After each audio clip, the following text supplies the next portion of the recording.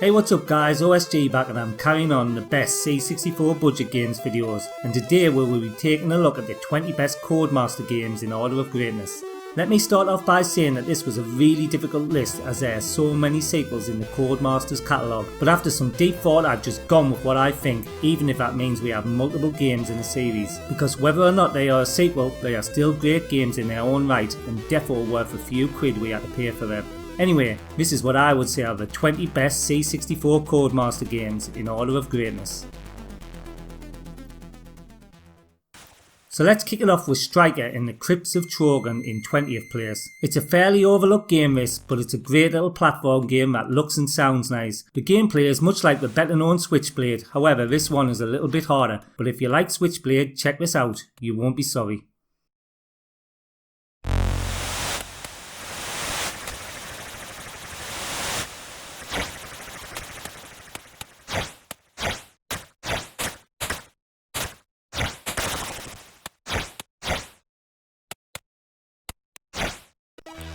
In 19th place we have Dizzy Spellbound. This is the first of many Dizzy games on this list. These games were proper value for money as they lasted a long time, but they were also sometimes difficult, especially in the time of no internet, which resulted in a Codemasters helpline which I actually rang once and got wrong off my mum when the bill came in.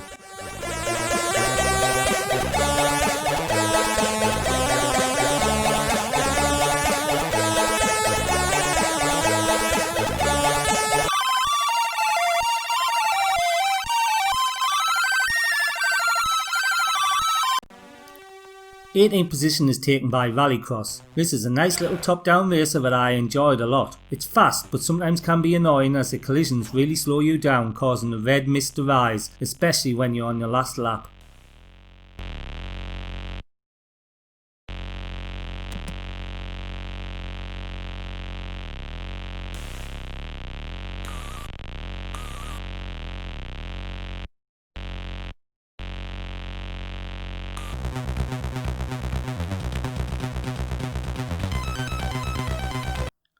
BMX Simulator is in 17th place. BMXing was not only massive in the 80s, but along with skateboarding was my choice of recreational activities, so any game with a BMX in the title was an instant buy for me. These BMX games were really hard to get a grip of the controls, but once you did, they were really good games.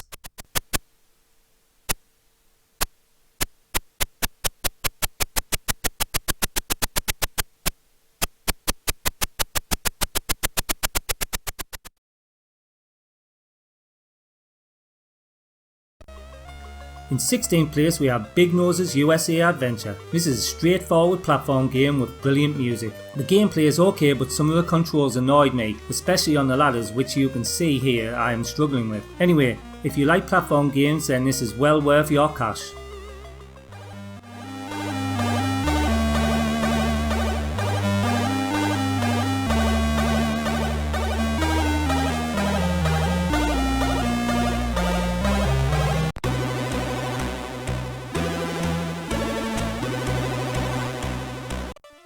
The 15th position is taken by Stuntman Seymour, another platform game here and one that I enjoyed just that little bit more than Big Nose's game. It's crisper looking and the gameplay is more fluid. The music ain't as good as the previous game, but everything else about the game is, and it's an awesome low priced platformer.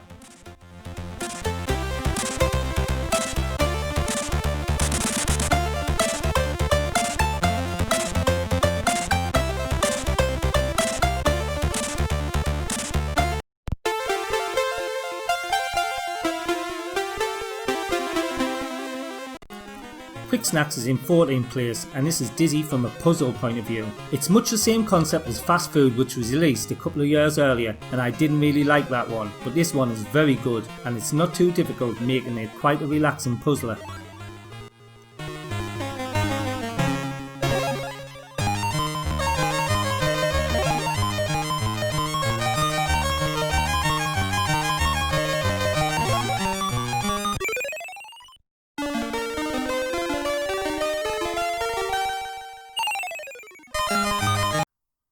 In 13th place is Rockstar Ate My Hamster, a simulation game like no other and one that I used to love. The idea is to set up a band and bid for chart domination. It's a super funny game that had some real close to the cuff moments for kids but just about got away with it.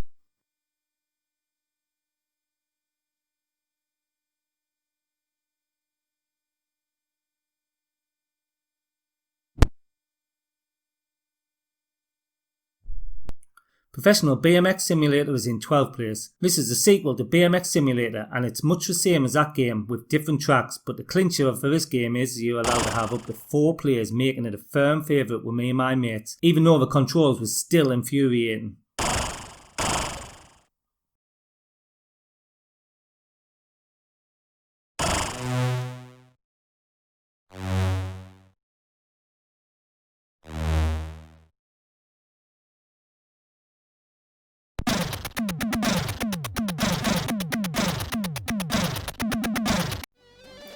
The 11th place was taken by Dizzy, Prince of the Yolkfolk. Another Dizzy game here, and if you were a fan of the other games you would have been dashing out for this. It's more of a great adventure action that we loved about the Dizzy games. It's not the best of the games as you will see as the list goes on, but it's still a lot better than Spellbound.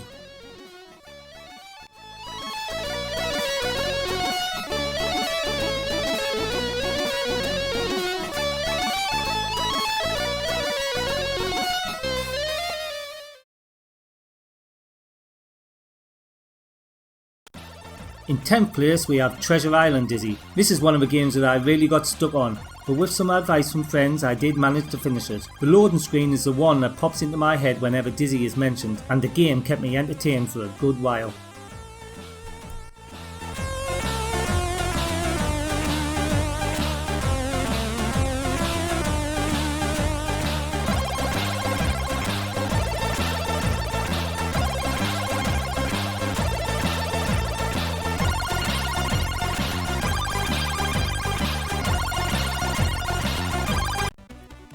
Crystal Kingdom Dizzy is in 9th place, slightly better than Treasure Island as far as puzzles go, but the graphics took a real step up from the norm with a less Spectrum-like look, and that came at a price of $9.99, which was a long way from the £2 to £3 that we were used to. It's also the last Dizzy released on the C64.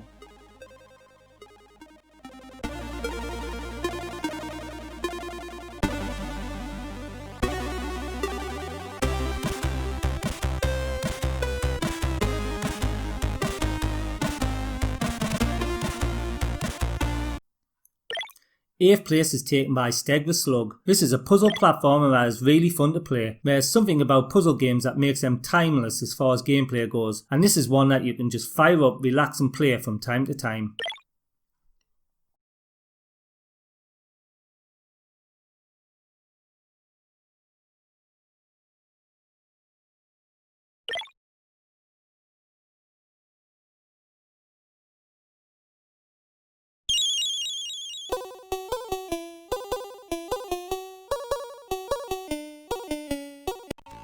In 7th place we have Spikey in Transylvania. Super looking puzzle adventure game here that really delivers in the gameplay department. The music is great too, but the game can be a bit too easy and seems to be over in no time, but defo still worth a play.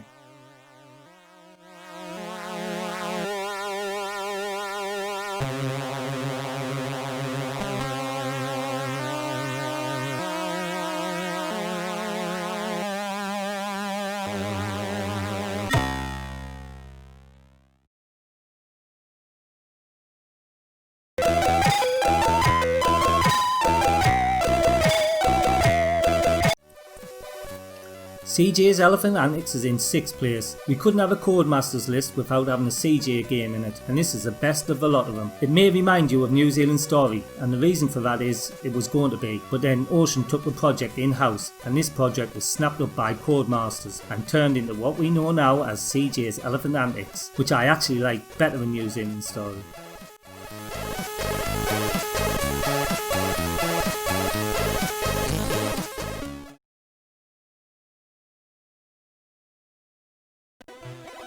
Fifth place is taken by Fantasy World Dizzy, another Dizzy outing and one that starts off straight away with a puzzle, and I vividly remember getting burnt on my first go. This one though was a long and well thought out game with some really hard puzzles, which if they didn't sicken you off were ultimately rewarding when you completed them.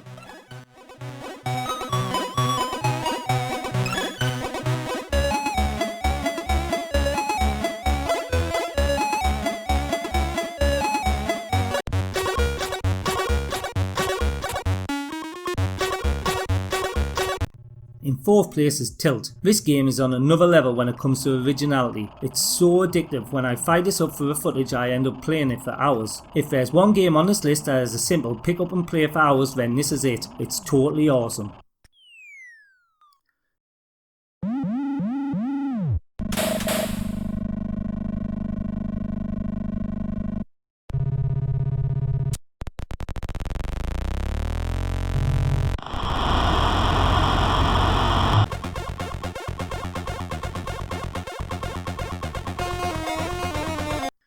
Kamikaze is in 3rd place. Now this is one that I never played when I was young, but it's now one of my favourite C64 games. It's a kind of mix between Sky Kid and Choplifter, with an added bit of actually crashing your plane to rescue your men. It's hard though at first, especially timing the bomb grab, but one that you quickly get used to.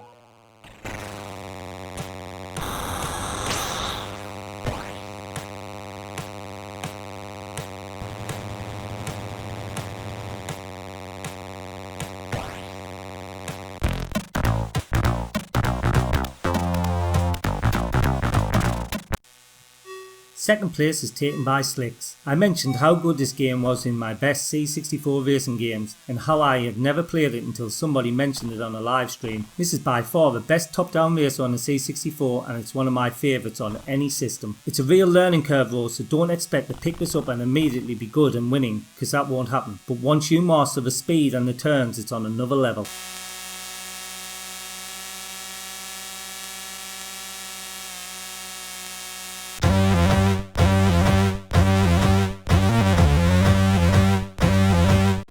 And now, in 1st place, we have the best Dizzy game ever, and that's Magic Land Dizzy. As this list has been flooded with Dizzy games, I would suggest you play this one last, because the others will be a bit disappointing, as this is truly the full Dizzy package. From the music to the gameplay, it's a joy to play.